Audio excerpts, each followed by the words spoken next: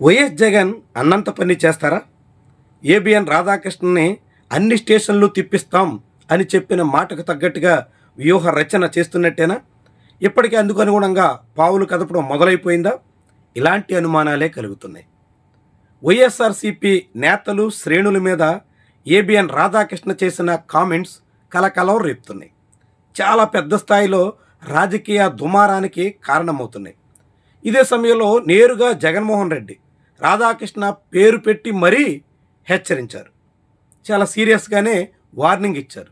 తాము అధికారంలోకి వచ్చిన తర్వాత రాధాకృష్ణ సంగతి చూస్తాం అనేటంత స్థాయిలో మాట్లాడారు.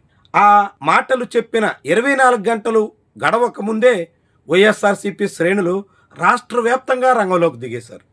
అన్ని మూలల ఏకకాలంలో రాధాకృష్ణ మీద ఫిర్యాదుల పరంపర నడుస్తోంది.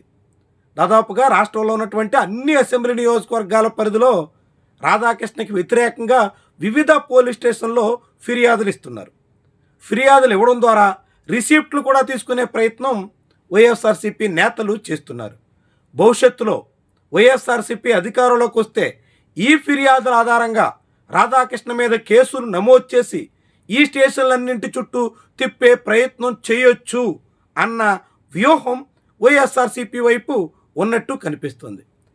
గతంలో పోసాని కృష్ణమురళి, ఆ తర్వాత శ్రీరెడ్డి, వీళ్లతో పాటు రామ్ గోపాల్ వర్మ ఇలాంటి వాళ్ళను కూడా వివిధ పోలీస్ స్టేషన్లో కేసులు పెట్టి వేధించిన అనుభవం ఉంది.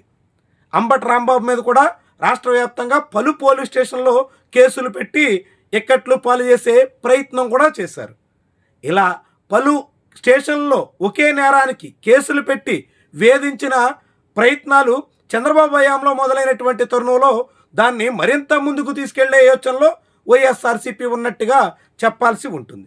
అందుకు తగ్గట్టుగానే రాధాకృష్ణ మీద వివిధ పోలీస్ స్టేషన్లో ఒకే రోజు కేసులు పెట్టే ప్రయత్నానికి వైఎస్ఆర్సీపీ పూనుకుంది. ఇప్పటికే రాధాకృష్ణ మీద నేరుగా మీడియా కౌన్సిల్కి ఫిర్యాదు చేశారు. దాంతోపాటుగా నేషనల్ ఉమెన్ కమిషన్ కూడా కంప్లైంట్ చేశారు. లేళ్ల అప్పిరెడ్డి ఎందుకు తగ్గట్టుగా రాతపూర్వకంగా కంప్లైంట్ ఇచ్చారు. వీటితో పాటు ఇప్పుడు పోలీస్ స్టేషన్లో కూడా కేసులు నమోదు చేయించే ప్రయత్నం చేస్తున్నటువంటి తరుణంలో వ్యవహారం సీరియస్గానే ఉన్నట్టు చెప్పాల్సి ఉంటుంది. రాధాకృష్ణకి భవిష్యత్తులో సమస్యలు తప్పవు అనేటువంటి అభిప్రాయానికి రావాల్సి ఉంటుంది. నిజంగానే అధికారం చేతులు మారితే ఆంధ్రప్రదేశ్లోని వివిధ పోలీస్ స్టేషన్లో ఇప్పుడు వైఎస్ఆర్సీపీ శ్రేణులు ఇస్తున్నటువంటి ఫిర్యాదుల ఆధారంగా కేసులు నమోదు చేసి ఆ కేసుల సాయంతో రాధాకృష్ణను వివిధ స్టేషన్లకి తిప్పే ప్రయత్నం కూడా జరగవచ్చు అనే అభిప్రాయానికి రాక తప్పదు. ఎందుకంటే ఇప్పుడు ఫిర్యాదు చేస్తున్నటువంటి వాళ్ళు కూడా ఏదో వైఎస్ఆర్సీపీ సాధారణ కార్యకర్తలు కాకుండా నేరుగా మాజీ మంత్రులు, ఆ పార్టీ జిల్లా స్థాయి అధ్యక్షులు, ఇతర ముఖ్యమైనటువంటి నేతలే నేరుగా వాళ్ళ పేర్లతో ఫిర్యాదులు చేస్తున్నారు. అంటే కేసులను కూడా చాలా సీరియస్గా తీసుకోవాలని వైఎస్ఆర్సీపీ భావిస్తుంది. ఇంతకాలంగా జగన్మోహన్ రెడ్డి చెప్తున్నట్టు పైన దేవుడు ఉన్నారు, కింద జనం ఉన్నారు, వాళ్లే చూసుకుంటారు అనే యోచనకి ఇక ఫుల్ స్టాప్ పెట్టేసి ఇలాంటి వాళ్ళందరికీ చెక్ పెట్టాలనేటువంటి యోచనకి రాధాకృష్ణతోనే వ్యవహారం మొదలెట్టారా అనేటువంటి అనుమానం కూడా చాలా మందిలో కలుగుతోంది. రాధాకృష్ణను వెంటాడాలని వైఎస్ఆర్సీపీ నిర్ణయించుకున్న తర్వాతే ఇలాంటి ఫిర్యాదులు చేస్తున్నట్టుగా భావించాల్సి ఉంటుంది. అయితే ఇప్పుడు కూటమి సర్కారు అధికారంలో ఉండగా రాధాకృష్ణ మీద ఆంధ్రప్రదేశ్లో కేసులు నమోదు చేసే అవకాశం చాలా చాలా స్వల్పం. అలా కేసులు నమోదు చేయకపోతే ఈ ఫిర్యాదుల ఆధారంగా చేసుకుని భవిష్యత్తులో కేసులు ఓపెన్ చేసి అప్పుడు రాధాకృష్ణని వెంటాడడానికి తగ్గట్టుగా వైఎస్ఆర్సీపీ అధిష్టానం వ్యూహ రచన చేసినట్టు చెప్పాల్సి ఉంటుంది.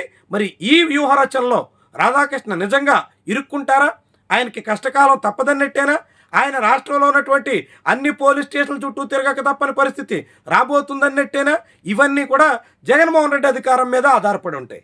అసలు జగన్మోహన్ రెడ్డి అధికారంలోకి వస్తేనే కదా పగటి కళలు మానండి అంటూ ఏబిఎన్ ఛానల్ నుంచి ఛాలెంజ్ విసురుతున్నారు. అయితే నిజంగా జగన్మోహన్ రెడ్డిది పగటి కళైనా కాకుంటే ఆయన అధికారంలోకి వస్తారా? వస్తే రాధాకృష్ణని వెంటాడడానికి వెనకాడరా అన్నది భవిష్యత్ తేల్చబోతోంది.